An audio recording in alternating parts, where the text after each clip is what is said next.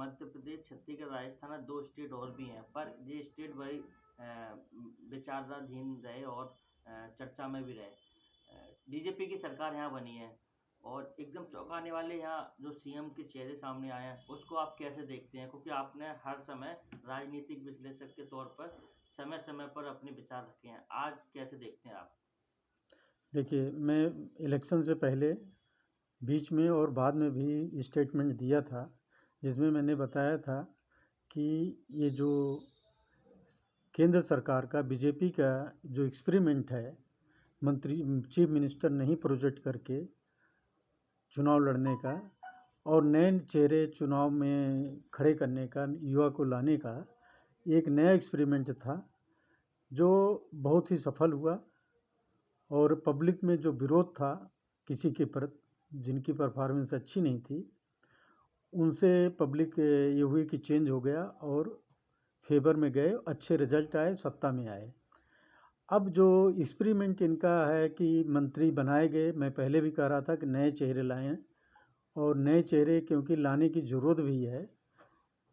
पुराने चेहरे एक जनता में रहते हैं, उनकी विश्वसनीयता उनको पता चल जाती है कि स्थिर उसमें स्टेज में आ जाते हैं। लेकिन नया चेहरा एक भविष्य के साथ आता है, जनता में एक आशा होती है कि कुछ करेंगे देश के लिए, हमारे लिए। तो उसके पॉइंट ऑफ व्यू से जो है कि वोटर का टेस्ट बदलता है, और जब टेस्ट बदलता है तो अट्रैक्ट होते हैं पार्टी की तरफ लोग। तो इसी क्रम में इन्होंने चीफ मिनिस्टर चेंज किए। छत्तीसगढ़ में नए चीफ मिनिस्टर लाए, विष्णु साव जी को। उनकी मंत्रिमंडल में ज़्यादा से ज़्यादा नए मंत्री आए। अब मध्य प्रदेश में भी यही हुआ, मोहन यादव जी को लाया गया, जिसका कि किसी को पता भी नहीं था, नया चेहरा आया और अच्छे उसमें रहे, वो पार्टी के सम्मानित पदों पे भी रहे। और उनकी परफॉर्मेंस भी जो पहले रही निर्विवादित रही है, पार्टी से लेके और राजनीति में। तो उस हिसाब से देखा जाए कि उनकी कैबिनेट में भी नए चेहरे ऐसे आएंगे जिनके ऊपर कोई विवाद नहीं होगा, कोई गुटबाजी नहीं होगी। तो उसका रिजल्ट एक आएगा कि 2024 में जो इलेक्शन एमपी का होगा, उसमें भी महत्वपूर्ण रोल अदा करेगा। उसी क्रम में अब देखेंगे कुछ नए चेहरे, जिसे आपका बीच में चर्चा होती थी, सिंधिया गुट नया आया है, ये उसको कम महत्व मिलेगा। लेकिन आप देखेंगे इसमें कम से कम 4 चेहरे ज़रूर आने चाहिए, और सिंधिया गुट के और बीजेपी के, चंबल और आगरा, मतलब जो आपका चंबल का ग्वालियर प्रांत है उसमें से, क्योंकि ये बैलेंस बनाएगा। ये पहले कांग्रेस के उस पर रहा और सिंधिया जी के प्रभाव क्षेत्र का एरिया रहा। तो ये अगर बैलेंस बनेगा तो यहाँ पे न्यूट्रलाइज होंगी कांग्रेस, और 24 में इनको फिर फ़ायदा होगा। इसी तरीके से आप राजस्थान में देखेंगे, वहाँ भी बड़े बड़े चेहरे थे बीजेपी के, उनको भी टिकट में कुछ लोग को हटाया गया, कुछ को हुआ, और ये मंत्री चीफ मिनिस्टर बनाए गए, उस चेहरे को लाया गया जिसको कोई नहीं सोच सकता था। अब इसी तरीके से कैबिनेट में भी नए नए लाए जाएंगे, पुराने को पार्टी का दायित्व तो दिया जाएगा और वो पार्टी के लिए काम करेंगे। तो इनका जो पार्टी को मजबूत करने की स्थिति है, करने की तरीके हैं कि एक्सपीरियंस पर्सन पार्टी के लिए बहुत ही महत्वपूर्ण होते हैं, और वो हर एक चीज़ से वाकिफ़ होते हैं, उनको पता होता है। तो वो बैलेंस बनाते हैं कार्यकर्ताओं से लेके और वोटरों तक। वो पकड़ इनकी बहुत मजबूत होगी, और राजस्थान में भी इनकी अच्छी परफॉर्मेंस आनी है। तो इस हिसाब से देखा जाए तो आने वाले 2024 के इलेक्शन में भी सब ज़्यादा से ज़्यादा चेंजेज आएंगे। जो सिटिंग मेंबर ऑफ पार्लियामेंट होंगे उनमें कटौती होगी, नए चेहरे आएंगे, और सत्ता जो है फिर से बीजेपी के हाथ में आनी निश्चित है। जिस हिसाब से हमारा अपोजिशन है इस समय, उसके बोलने पे, उनके कार्यशैली पे वोटरों का अट्रैक्शन बहुत कम है। उनके मुद्दे सीमित हैं जो पुराने घिसे पुटे हो चुके हैं, जिस पे कोई अब ध्यान नहीं देता, केवल देखता है और चल देता है। तो मुद्दे ही नहीं लग रहे हैं उनके पास, हैं तो उठा नहीं पा रहे हैं, या वो लोग चाहते नहीं कि मैं सक्रिय राजनीति में इतने अच्छे मुद्दे उठाऊं। वो उनकी अपनी वो है सोच है, क्योंकि उन जब जॉइंट वो लड़ेंगे इलेक्शन तो मुद्दे भी ऐसे होने चाहिए जो कॉमन हों, जिस पे एक दूसरे का विरोध ना हो। तो बहुत सारे पॉइंट रेज होंगे जो बहुत मुश्किल से देखा जाए तो वो एक कॉमन पॉइंट पे आ पाएंगे, और कभी आ भी नहीं पाते। पार्टियां फिर लास्ट मोमेंट पे अपने अपने पार्टी के टिकट पे लड़ने लगती हैं, और उसमें हमेशा दूसरे को फ़ायदा होता है जो संगठित तरीके से लड़ता है। सर, इस आज मध्य प्रदेश में मंत्रिमंडल का विस्तार हो रहा है। बड़े लोग जो इतने विधायक जीत के आए हैं वो बड़े उम्मीद लगाए बैठे हैं कि चाहे मालवा हो, बुंदेलखंड हो, चंबल हो, बड़ी उम्मीद थी कि मंत्री हमें बनाया जाएगा। पर ऐसे लोगों का नाम दिया है जिन्हों को अभी कंफर्म भी है, कंफर्म भी नहीं। कुछ नाम पैनल से मालूम चल रहा है कि कुछ नाम कंफर्म हो चुके हैं, कुछ नहीं हो चुके हैं। इसको आप कैसे देखते हैं? कुछ सीएम जो मोहन यादव हैं कुछ नया परिवर्तन करने जा रहे हैं कि सैम सिंधिया गुट कहा जाता है, वहाँ नरेंद्र सिंह तोमर गुट कहा जाता है, कैलाश विजयवर्गीय गुट कहा जाता है, प्रहलाद पटेल गुट कहा जाता है। तो ये गुटबाजी से बीजेपी चल रही है कि बीजेपी एक स्वतंत्र पार्टी है जो कि गुटबाजी नहीं है इनकी? देखिए, पार्टी में सीनियर नेताओं का जो एक होता है, उनका अपना एक कार्यकर्ताओं में अपनी ही चेन होती है। वो चेन को आखिर तो है पार्टी की चेन, लेकिन वो चेन जो होती है स्पेशली उस अपने नेता के साथ जुड़ी होती है। उसको लोग गुट कह लें या कुछ भी कहें, लेकिन बीजेपी में गुट आज की डेट में हमको तो लगता नहीं चल पा रहा है। वही चल रहा है जो होना चाहिए।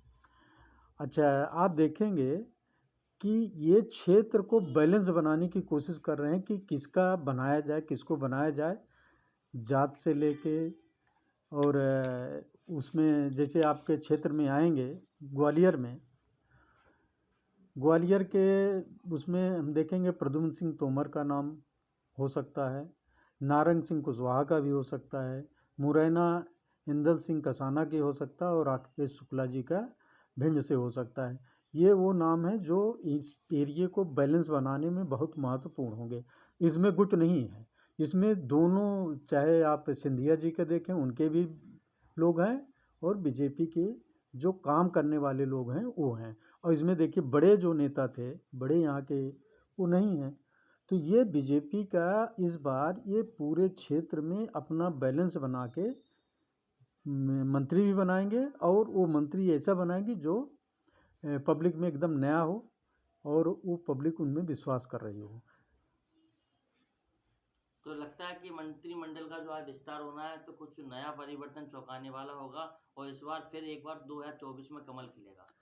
बिल्कुल ये निश्चित है कि नया मंत्रिमंडल इसी तरीके के बनाने जा रहे हैं, जो बिल्कुल एक नई ऊर्जा के साथ कार्यकर्ताओं से लेके और वोटरों तक पहुंचेगा, और उनको ये एहसास नहीं होने देगा कि वो कहीं से भी उनको इग्नोर किया जा रहा है।